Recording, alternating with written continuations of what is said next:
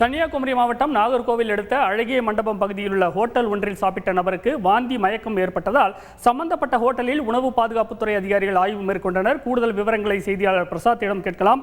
பிரசாத், அதிகாரிகள் ஹோட்டலில் ஆய்வு செய்ததை தொடர்ந்து இந்த உணவகத்தின் மீது என்ன நடவடிக்கை எடுக்க வாய்ப்புள்ளது?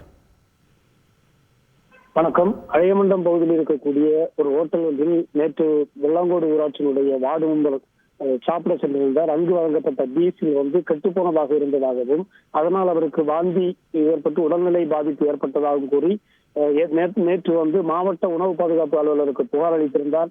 அந்த அடிப்படையில் இன்று தக்கலை வட்டார உணவு பாதுகாப்பு அதிகாரி அங்கு ஆய்வு மேற்கொண்டார். அங்கு அந்த ஹோட்டல்ல வைக்கப்பட்டிருந்த உணவு வகைகள், உணவு தயாரிப்பதற்கு தயாராக வைக்கப்பட்டிருந்த இறைச்சி உள்ளிட்ட பொருட்களையும் அவர் சோதனையிட்டார். அதன் அடிப்படையில் அதுல தயாரித்து வைத்திருந்த உணவு வகைகளிலிருந்து சில மாதிரிகளை எடுத்து சோதனைக்காக அனுப்பியிருக்கிறார்.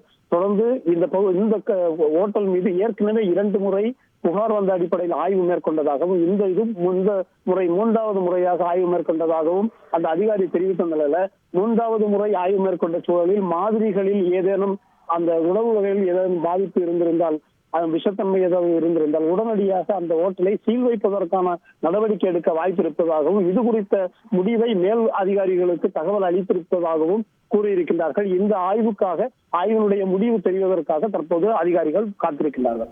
கூடுதல் விவரங்களுக்கு நன்றி பிரசாத். செய்திகளை உடனுக்குடன் தெரிந்து கொள்ள உடனே சப்ஸ்கிரைப் பண்ணுங்க.